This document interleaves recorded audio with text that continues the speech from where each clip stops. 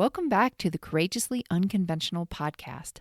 I'm your host, Lynn Grogan, and my guest this week is Naomi Rose. Naomi is a food business strategist and baking coach who helps people achieve baking success. She is the former owner of an award-winning cafe, bar, and bakery, and she is now on a mission to help as many people as possible build successful baking businesses, as well as become confident home bakers. So what I found striking about Naomi's story is how resilient we as human beings can be. So Naomi shares her incredible story of opening up a cafe and bar within a span of 3 months. 3 months with zero experience running her own business and zero experience working in the hospitality industry. If you hear me incredulous in this, it's because it's hard for me to even wrap my head around. But I truly think that we as human beings can figure out nearly anything when we set our minds to it, and Naomi is evidence of that. She also shares how she navigated some of her worst case scenarios along the way, including having to shut down her business during the pandemic and figure out what to do next. I know for a lot of us, the fear of failure is something that holds us back, but with some mindset shifts, what could be deemed as a failure can be transformed into motivation for what comes next. Enjoy this conversation with Naomi Rose. All right, welcome back to the Courageously Unconventional podcast. So today I have a special guest on the show, Naomi Rose. Naomi, thank you for coming on the podcast. Oh, thank you for having me. It's so good to be here. Yeah, why don't you go ahead, briefly introduce yourself, and then we'll dive right into your unconventional story. Yeah, of course. So I'm Naomi. I live here in the UK. I'm currently in Cambridge, although this week I'm actually moving to Yorkshire. So I'm on the move myself, which is really exciting. And I have a business called Baking Boss, which is helping people with their baking businesses, whether it's a cafe or a small business, as well as teaching people how to bake online. So I came from a background of working in the hospitality industry before this, but actually I was working a 9-to-5 job in an office, and I just quit and opened a cafe and bar. So that's how I've ended up doing what I'm doing now, really. Which is actually one of the things that drew me to your story is the cafe and bar you just mentioned. Elsie Mays, is that right? Yeah, that's correct. Yeah. So you, when you messaged me, you said you started your business, your cafe and bar, with zero experience in the industry. You're not a professional baker. And if I'm understanding correctly, you'd never had your own business before. Is that right? That's absolutely correct. Oh my gosh. Okay. So what inspired this? How did this happen? I suppose it all actually started back in 2017, and I'd been doing my job for quite a while. I'd been working in sort of like a 9-to-5 office job. I'd done digital marketing, comms, all quite creative sort of jobs, but I was getting to a point where I was like, I'm not really getting anything out of it. I'm getting quite bored. So I thought I'll challenge myself. I'll enter London Marathon. I'd run all of 5 kilometers. So I was like, yeah, sure, it'll be fine. It was not fine. It was the hardest thing I've ever done, 26 miles. And I didn't quite appreciate how much I have newfound, admiration of anyone who can run marathons. But yes, it took over my life for about 4 months. And the reason I'd entered it was because I really wanted to challenge myself and see what I could achieve, because it's something like you think, oh, maybe one day I'll do it. And I thought, well, why not today? And I did it, and I ran it, and it hurt a lot, but I got to the end, and it sort of opened up my eyes of sort of thinking, well, what else can I do? Because the only person really stopping me from doing anything is myself. So actually, what do I want to do? And it was then I kind of thought, I don't really want to work for anyone else. I'm not very good, as my parents will say, being bossed around by other people. And as much as I had really nice employers, the people I worked with were absolutely lovely, it just wasn't inspiring me in that way. And that's kind of where the journey sort of started into the following year, where I thought, I'm going to work for myself. I don't know what I'm going to do, but that's what I'm going to do. And that's how it kind of all began. But how did you land on the cafe and bar? Because I think for some people, they might be like, all right, fine, I'll do online, solopreneur, this kind of things. But that, what you're describing to me, blows my mind, because it's almost like this type of undertaking without having experience for a lot of people would just not even cross their mind. Yeah, I suppose what happened was we live in a market town at the moment. It's on the river, so every weekend we would walk in along the river with our dog, Bella, who we had at the time, and sit and have a coffee outside a chain cafe. And we'd sit there and say, oh, wouldn't it be lovely if we had like a little place where it was more dog friendly? Because a lot of places where we live weren't particularly dog friendly. And as we were walking back one day, this building, which had been there in my little town for years, was being renovated, and it had been quite derelict. It had been there probably 12 years without being loved. And we went in because the lady renovated and said, do you want to have a look? And I was like, well, yeah, I'm nosy, so I like to see what's going on in the town. And it was formerly a nightclub, but actually underneath the nightclub was this incredible 1920s Art Deco building that had this incredible history. And I was like, this is amazing. It had original parquet flooring, it had all the original bronze works, and it was originally opened back in 1929 as the electrical company showrooms in my local town, which is where power first came into our town back in the 1920s. And this building was used to showcase what this can do. And yet this history had sort of been buried under a nightclub and amusement arcade. And it was awful. I mean, there was nothing recognizable of this building, but the features were still underneath, like the carpets and underneath all the floated in ceilings. And like, this place would make an amazing cafe and bar. And it was just sort of, I suppose originally it was just like a little bit of an idea. But then we talked to the landlord, and then I talked to my dad, who was retired and been retired for a while. And it's like, well, I could do a challenge. And it kind of just snowballed a little bit. Where we're like, well, are we going to do this? Like, well, what's the worst that could happen? we could just learn something as we go. And yeah, okay, it might not work out in the end, but we don't want to live life sort of regretting what we're thinking of doing. And I like to bake, and my nana Elsie May taught me how to bake, and she always wanted her own tea room, which is where the name came from. I'm like, well, should we just go for it? And it was like that was pretty much it. So suddenly what I thought was going to be a small cafe turned into a rather big cafe and bar, which was much, much bigger than I anticipated. But once you start down this sort of path, it kind of just carried on. And next thing you know, it was 3 months later and we were opening. So Wait, so you put that all together in 3 months? Pretty much, yeah. So we first looked at the building sort of around August, but we actually didn't start renting it until October. And having my marketing head on, I was like, we have to open in December. It's going to be the busiest month of the year. And from a just financial point of view, launching this time of year will be great. It was great, and also absolutely crazy launching it in the busiest time of year, because we were still very much a new team. I went from having sort of 4 core staff to doubling that in the first month because we were so busy. So it was a complete learning curve of new people, new systems, new technology. The building was an empty space, so we had to completely create the whole thing from scratch. And also I was very passionate about restoring the building. It was something that was really key to what I wanted to do. And the floor took 8 weeks to bring back.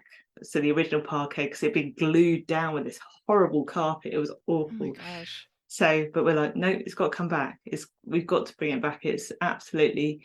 We've got to really demonstrate what this building is. So even if we aren't still here, this building's history can still live on after that. So that's what we basically did. So it was all guns blazing. And some days we'd have 9 different trades in on one given day just to try and get the job done. But they worked really hard, and it was just a real credit to sort of everybody involved that they managed to sort of deliver this in the timescales, the ridiculous timescale I had set, but we did it. That's incredible. And like during this time, what was happening with your 9 to 5? I was still full time.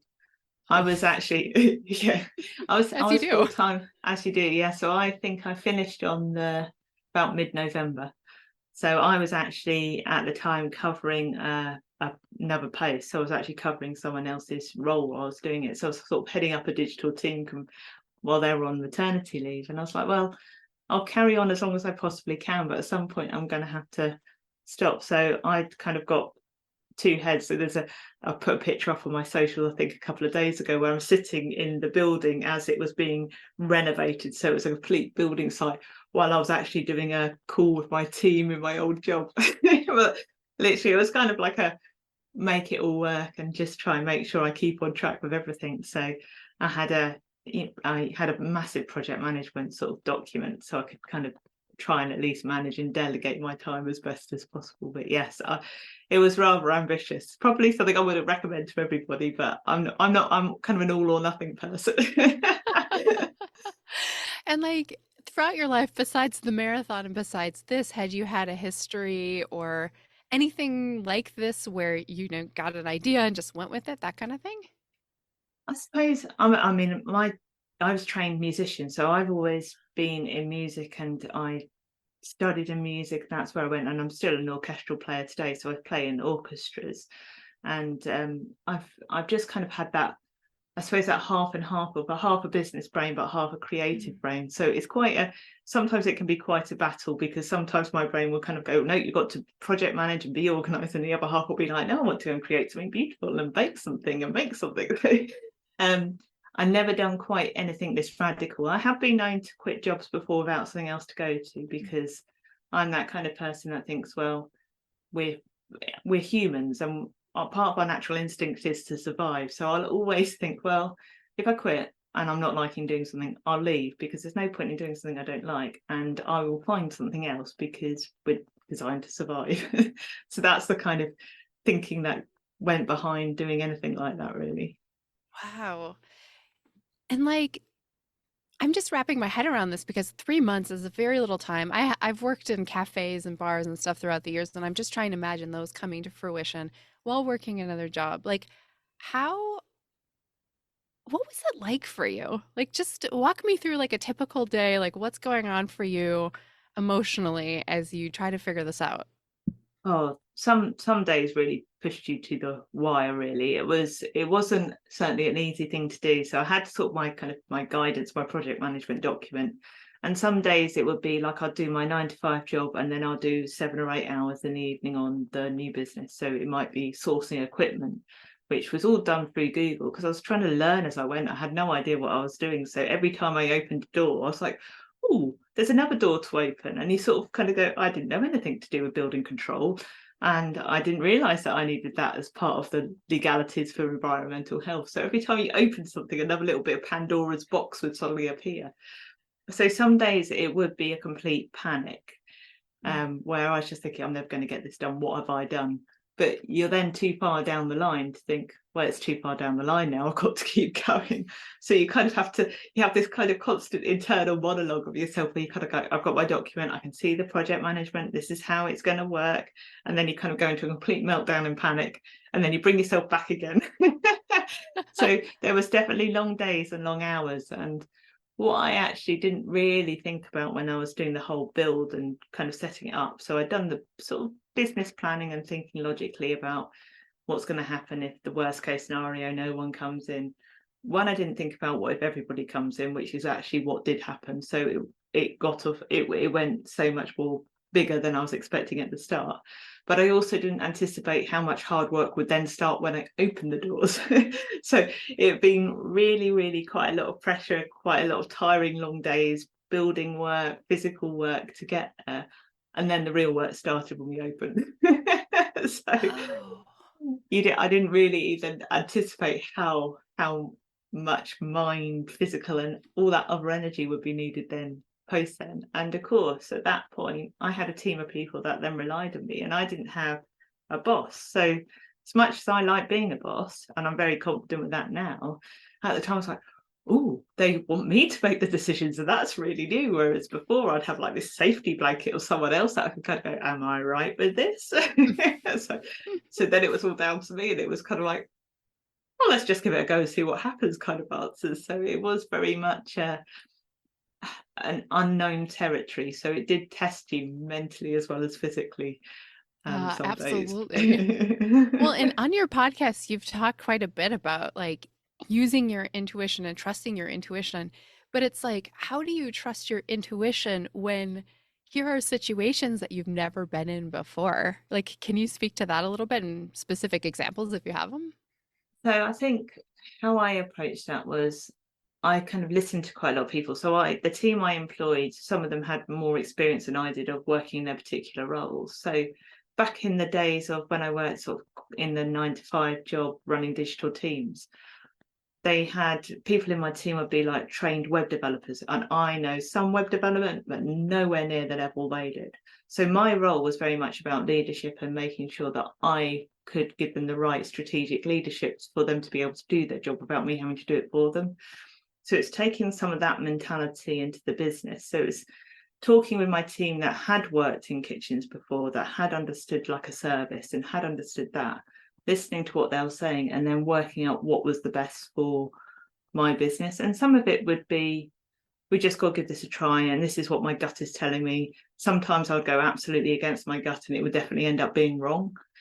And sometimes it would be very easy to be guided by other people's opinions, particularly customers, because I'm a people pleaser. So trying to please everybody is never going to work. And I learned that.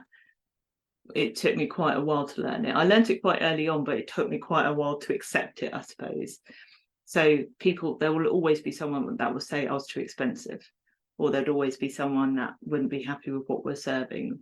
So I had to learn to accept that's fine, but there's someone over there that probably would suit you better. So go and visit them, because everybody needs the support. And this is what I do. So in some ways, a lot of it was about confidence and being clear. Some of it was about talking to people and kind of thinking, what do you think about this? Do you think this would work? So, and sometimes like creating a menu, I'd never done that before. And I thought, oh, this is fun. And then I realized actually there's quite a lot more elements to creating a menu than just putting it onto a nice piece of paper. But it's actually, how long is it going to take to get out to the customer? Do you have the storage space? What about wastage? You need to consider all of the fresh ingredients you've got and how long you can have them in your fridge for. How quickly can the team serve it? Do they know what you're serving? So there was lots of different elements to it. And some of it was, we'll try it, let's see what works, and then we'll just take it off. So it was, sometimes I'd have to make a decision without necessarily knowing the answer and then work backwards from there. And I think probably sometimes I wouldn't trust my intuition. I would end up comparing myself to everybody else, and I would get quite paranoid about what I was doing. But what I realized in time was I was different from other people, and that's okay, because actually that creates the community that strengthens all of the businesses around us, including myself. So it was then just being confident with what we have, listening to the customers and listening to my team. There's so much in there that I was like, bing, bing, bing, bing. I mean, it sounds like almost in part two is you were able to lean on some of your previous leadership skills, even though you hadn't applied them to this particular business. Like you had kind of confidence there that you were able to bring over. But I mean, the one thing that like definitely stood out to me, because I relate to this as well, is like the people pleasing side of things. And it is interesting. I hear this from people over and over again. It's just like, you start your own business and all of your stuff comes up. And of course that came up there. But how do you think you learned to navigate through that? Like, because it would be easy enough to stay in business and just people please like crazy. Oh, yes. I mean, it was definitely something it's something I struggled with, and I struggled with quite early on, really. And something that got sort of put in my brain when I was building my business was someone had said to me, your business will live or die by TripAdvisor. Now, it was the worst piece of advice anyone could give you, actually, because I ended up getting obsessed over reviews and what other people thought. But some people are never going to like what you do. Actually, I got so upset I fell off my bicycle because of some of the reviews I got. I was so distracted concentrating one morning, actually fell off my bike on the way to work quite early on. And that is when I realised that actually my business isn't going to live or die by TripAdvisor. Just because I see it every day doesn't mean anyone else is. And everybody's entitled to an opinion. It's just what you do with that. So to some extent, we did, as a business, my sort of rule was if someone asked for an off-menu item, then we'll try and please if we could, but we weren't going to be able to compromise it every single time or make it harder for ourselves or slow down an experience for other people, because it's not just about that one particular customer, it's about everybody. So it's really thinking hard about, actually, as much as I want to people please, there are plenty of places that will suit other people, and some people would like it, some people wouldn't, and you just learn to accept that. You kind of go, okay, fine, you go over there. I had customers that used to, I was very proud of our coffee. I worked really hard with the supplier of our coffee. He was local. I was very much about local. And I had one person that used to come in and complain about our coffee, but would keep coming back. I'm like, well, that's your own choice. And so either you don't like it or you do, but this is how we serve it. There are 3, 4, 5 other places in town that will serve you coffee, but you keep coming back. So sometimes you just have to accept that people want to grumble, and that's okay. But it's just what you do with that information and how you take it next, which is the important bit. Yeah, yeah, and definitely as people are offering you their own opinions and their own thoughts, it's like, do I need to take this? Yes or no? And Yeah, the TripAdvisor one, absolutely. it's like, oh my gosh, yeah, you could chase that forever. I've read so many reviews over the years because, traveling full time, that's kind of what I rely on is what do other people think? And you just see quite the range. And I can't even imagine on the other side being the business owner and trying to go, wait, this person loves it. This person hates it. How do I make sense of this? You can just kind of, Yeah. yeah. Um, now, you talked a lot about trial and error, and I know that earlier this year you had to make a really tough decision, with the business. You want to speak a little bit about that and how you actually came to that decision? Yeah, absolutely. Yeah. I suppose so. The business opened about 15 months before the pandemic hit. So we had a really manic first year. It was quite a learning curve. We'd learned a huge amount, and then the pandemic hit. So during the kind of time of that sort of open close hokey cokey that we had here in the UK with the various different bars and cafes and things like that, we kind of took all the good stuff. So my team and I sat down, we re-strategized, we kind of went, right, the business is closed for a little bit. Let's actually rethink about what we want to do going forward and how we're going to manage that. Get rid of the stuff that isn't working properly. So change some of the processes and let's make it slicker, easier, better for us when we reopen, which is exactly what we did.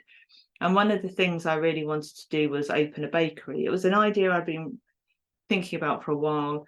I've been working for a local bakery to supply us bread because we didn't have the capacity or the equipment in our place to do it. But they were having so much trouble with their own staff. So often we wouldn't get bread until lunchtime, and we're a cafe that starts at 9 a.m. So it wasn't sustainable. So I started making bread again just for the cafe. And this is a bit of a sideways tangent, but it all makes sense as I come to it. But then people started saying, I really love your bread. Where do you get it from? I'm like, well, we make it ourselves. Oh, can you make me a loaf? I'm like, well, we can, but we can't do it on a large scale because I have a home range kitchen, because we were simple beings. We had simple equipment in my cafe kitchen. So I thought, well, if people are really wanting this, maybe I'll just crowdfund. I'd originally gone to the bank for a resilience loan, but their answer was, well, you're breaking even, so you can't have one. Like, what is the point of a resilience loan if you'll have to make a profit, right? It just doesn't make sense. So I was like, someone said to me, what about crowdfunding? I'm like, why did I not think of this? This is a genius idea. It's it's the ultimate marketing campaign, because you get people to invest in your business idea.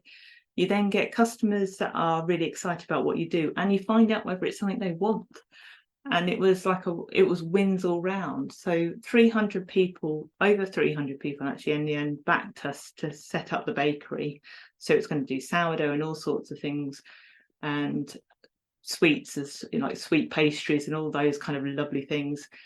And we raised over £17,000, so massively exceeded our target, which was incredible.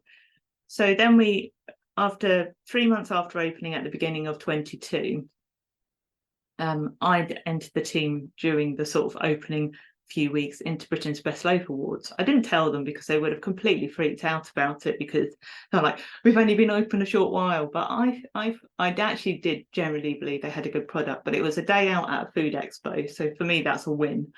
We would network with other bakeries that are the best in the country. I'm like, that's still a win. And we'll get feedback on our loaves of bread, so we can only learn. And we came away winning Britain's Best Loaf Awards 3 months after opening, which was amazing. What? Wait, pause, please. That's incredible. It really was. Incredible. And the team had worked so hard, and with the community backed us as well. It was just such a reward for what the whole community, after such a challenging time, had really happened.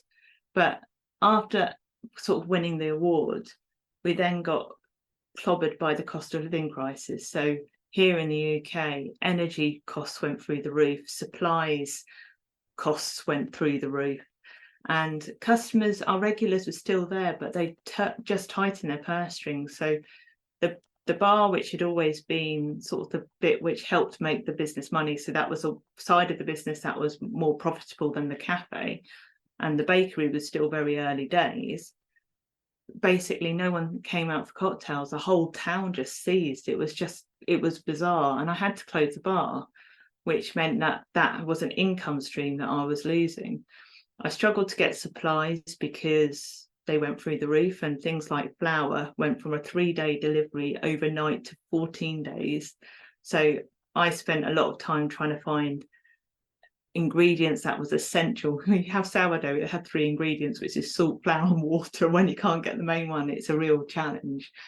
And then the hospitality industry saw, like many industries, saw a real dip in staffing, and a lot of staff seemed to vanish, which meant that the big city bakeries started offering silly amounts of money for bakers.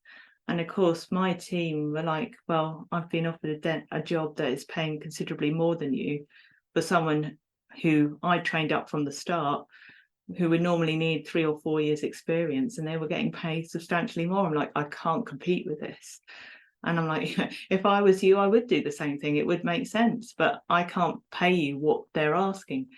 So with all of those kind of things combined, and knowing how much the energy costs were going up, because some bakeries have gone from paying £1,500 a month to 5 figures a month. It's just insane.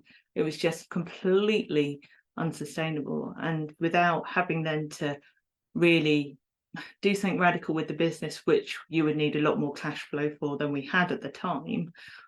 Why, we could have gone online, but it would need financial investment, or charge a lot more for our products, which people don't necessarily have the spare money to do. And also, you can't really justify spending £10 per loaf of bread. I mean, our bread was good, but it's not that good. So that was where I kind of got to a point where I was working so many hours, because I was covering all of the shortfalls, and I was looking at the budgets, and it was getting up to, most weeks it was around 80 hours a week, and it's physical work. Baking is not an easy job, it is hard work. And of course, I was the CEO of the company, I was the leader, but yeah, I was in any one given day doing about 10 different job roles just to try and keep everything balanced.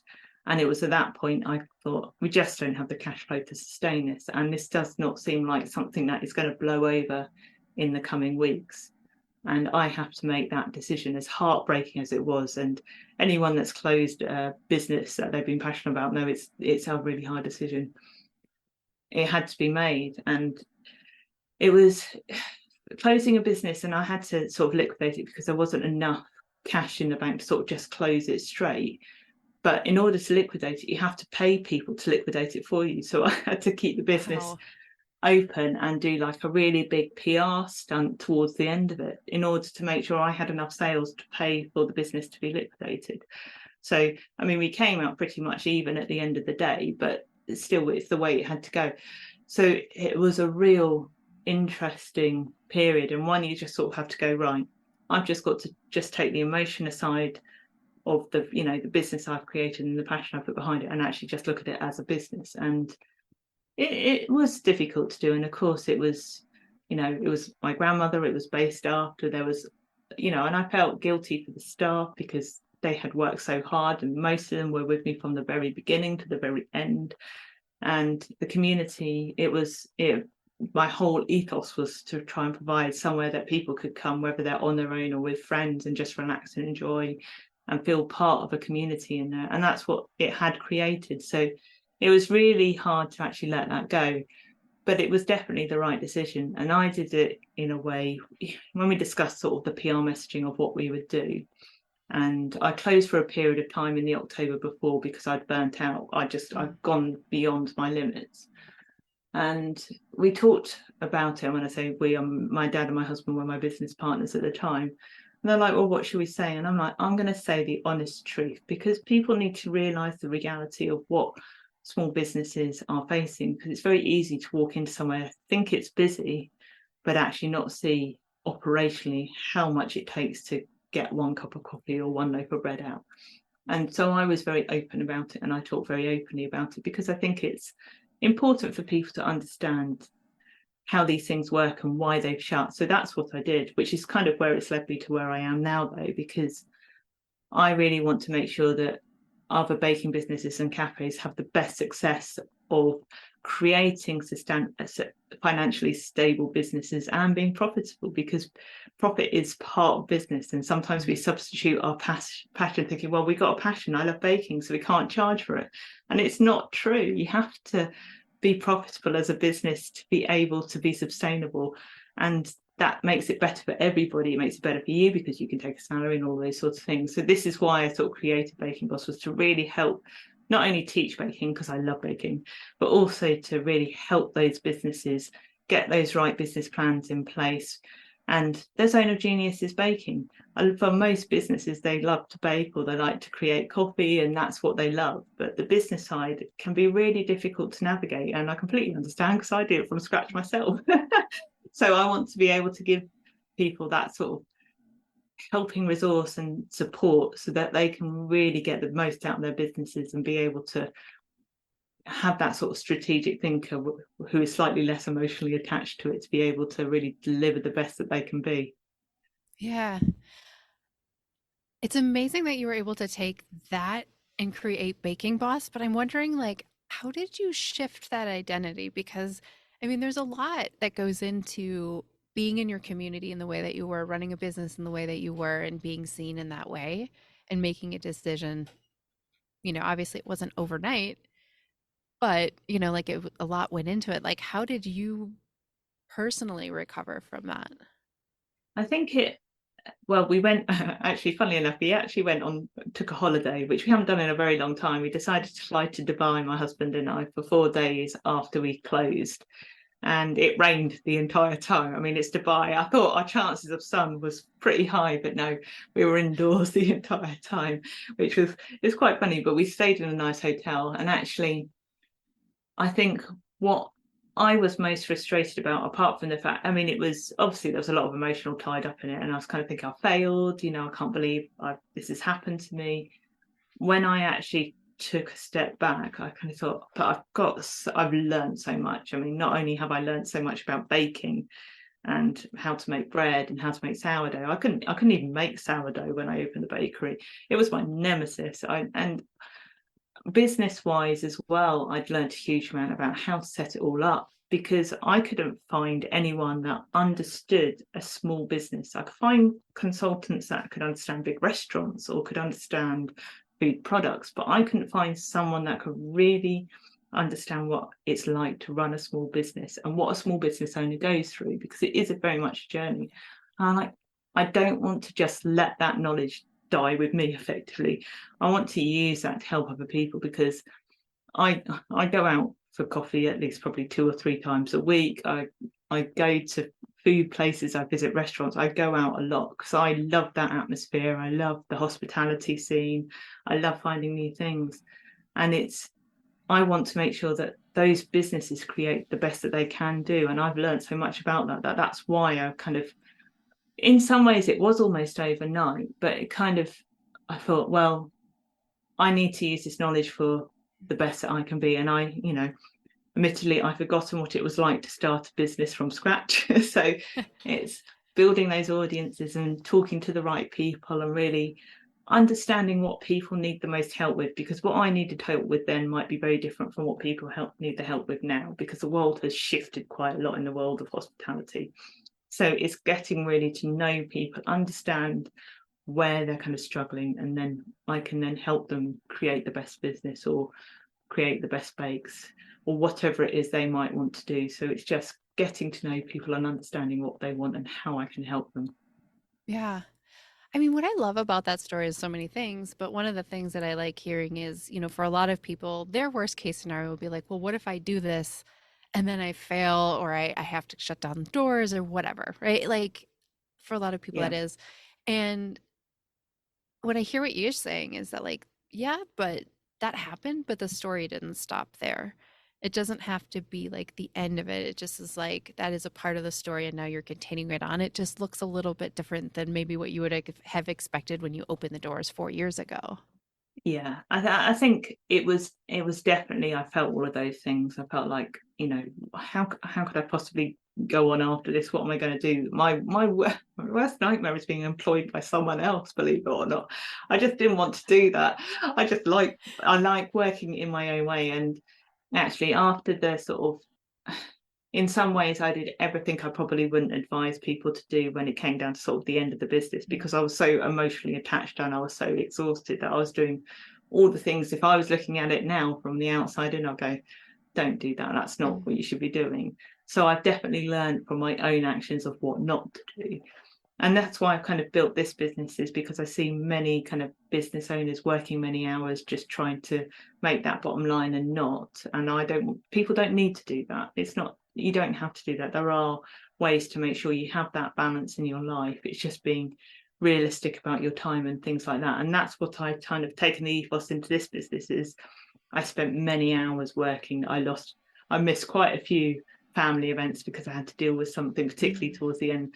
I don't want to do that now. So I've kind of created this business that suits me. And that's the kind of attitude I want to make sure that people have when they're building their own baking businesses, because otherwise you just get tired out from doing what you're doing, trying to juggle. So again, it doesn't have to be complicated, but unless you understand and know what these things are, which take a long time to learn, and I learned it the hard way, then it's going to take a lot of energy and time for you. So that's what I don't want other people to have to go through. Yeah. Yeah. And I think, and this is part of one of the reasons why I wanted to start this podcast is I think so many people jump into like, okay, what is the checklist? How do I do this? Without taking that step back to be like, okay, how do I want to be while I go through that checklist? How do I want to structure my life? How do I want to think about things? And that's kind of what I hear you saying too, is just sort of like, hey, here's some very obvious mistakes that you might be making out there in the world as you approach this. I've done them before. Let me help you here. And also, big picture, like, let's think about it big picture. Let's think about how you could structure this so that it is a long-term thing versus just, like something that you're chasing all the time or reacting to. It's like, let's do this intentionally. And I think that's such an important part of it that can be easily missed along the way. Yeah. And I think the biggest thing that I probably learned since closing the business was it was my mindset that was often the biggest battle I had to overcome. And one I wasn't often always clear on. And, particularly when you're working in something like hospitality or you're customer facing, you kind of can put this sort of appearance on that everything's fine. And so many businesses do. But when I speak to other business owners that are in the food and hospitality, the reality is actually sometimes quite different. Even though that they can smile and be happy and cheerful on the front of house and talk to their customers, which is exactly what you need to do to sell your products, but they're carrying an awful lot of weight behind there, and often that's because your mind is either not in the right place, or you're kind of getting caught up in all the little details of your business without really thinking of the bigger picture. And I think that is definitely the one thing I've certainly learned the most since leaving the business, of actually I needed to kind of get my mindset in the right place and help other people to do that, because that will then help them make a stronger business in the long run and sustainable. Because the statistics on hospitality businesses failing are horrendous, and if you listen to those all the time, you would kind of be putting self-doubt in your head already before you've even opened the doors. But actually, it doesn't have to be like that. It's just that people, like I say, have got this amazing talent for baking and being able to create food and these products, but they don't necessarily have the skills to do the business side of it, which is actually quite a large proportion of being sustainable and successful at what you do. Yeah. Yeah. And that's why I think is one of the things that's super refreshing about how you close this first, Elsie Mae's, like that first part of your business, is that like you were honest with people about what it was, because I agree with you, like having worked in the service industry for so long, it's like you put that apron on and suddenly you're this different person that just shoves everything down and you have that Yeah. persona. And I think that like that's part of it, is that like we can be honest about what's going on for us and work with it, because it's not like somebody could work with you, with me, with anyone, and not have any self-doubt, but it's like letting it be okay that it's there and you can move forward and it doesn't have to hold you back and it doesn't have to dictate how you run your business or any of the other things that you might be feeling. So I think it's truly refreshing that you told the truth, because I think people are looking for that these days. Like they're looking for somebody to be honest with them and to tell them what it's really like, and also help them realize that like, and also you can do it too. Oh yeah, absolutely. And I think I start from an area of reality. I'm not going to say to people, oh, it's going to be lovely and fluffy. Actually, no, you're going to have to stand on your feet all day. You're going to have long hours. This is going to test you, because if you're prepared for that, you can then accommodate for that. And that will mean you'll get a better business at the end of it. And it's what choices you're willing to make in those sort of areas of what you're prepared to do that will then create your business in the best way possible. And sometimes sometimes businesses don't work out. I know my business had a great idea. It had a great ethos. The crowdfunding campaign proved that people wanted it. It was just possibly the wrong time and in the wrong place. And I'll never know that for sure. And I could certainly analyze it, and I have done, to look at every area of what I could have done and where I could have got better. And I think, well, this is what has happened. So actually what I can do is then learn from it and then help other people to sort of create that better, stronger business, because I've had the whole 360 experience of it. Yeah, definitely. I mean, um, what would you say, kind of as we wrap up the conversation here, like if anybody is thinking about pursuing any dream, maybe it's in this industry that you're working in or just anywhere, like what would be the advice that you would give somebody who's just like thinking about taking that leap? I'm all for just trying it and giving it a go. But what I think the worst thing you could do is live in regret. I mean, if you've got an idea, it's kind of a balance between thinking creatively and thinking strategically. Have a look at the idea, figure out where you want to go with that idea and what you want to achieve. And when you've got those clear vision and ideas in your head, then go for it. It's better to take action than think about taking action. It's very easy to get in our own way of doing stuff, but sometimes you just got to kind of commit yourself and give it a go, because then that way, once you've committed, you can't lose face. Which is exactly what I did. I told the world I'm going to open a cafe. Here I go. And I was like, oh, right, okay, no, I'm doing it. So I think the thing about business is it's a learning experience. You're going to learn. No one's got all the answers. The world changes all the time. So how I launched at the beginning of my business to how I launched later on down the business was completely different. But you learn, you grow, you analyze, and you move on. And that's exactly how you need to approach it, I think. Mm-hmm. So I think sometimes we just got to kind of give ourselves a commitment, give ourselves a bit of a plan, and then just give it a go and adjust as we go. Absolutely. It's like you can't ever get anything perfect before you launch. You just have to go. You just have to try the thing. And then, like you were saying, like adapt as the world provides you different things that are happening. So I absolutely love it. If somebody wanted to find you online, where would they go? Where would they go looking? So I'm on Facebook and Instagram. You can find me at I Am Baking Boss. I've also got a couple of Facebook groups, one for business owners and one for baking. But come and find me on social and I will point you in the right direction. Or check me out on my website, bakingboss.net. And there's recipes, there's blogs, and you can find the link to my podcast on there as well. Perfect. And I'll have those links in the show notes below. Well, thank you so much for coming on, Naomi. Like I've just gotten so much out of this conversation. I really appreciate it. Oh, thank you. It's been great to be on. I've really enjoyed it. All right. Take care. Hey, friend. Thank you for listening to today's conversation. If you're considering a major career or lifestyle change and you want to talk to someone about this, I'm here for you. You can learn how to work with me one-on-one on my website, lynngrogan.com, or you can find me on Instagram at lynngrogan. See you next time.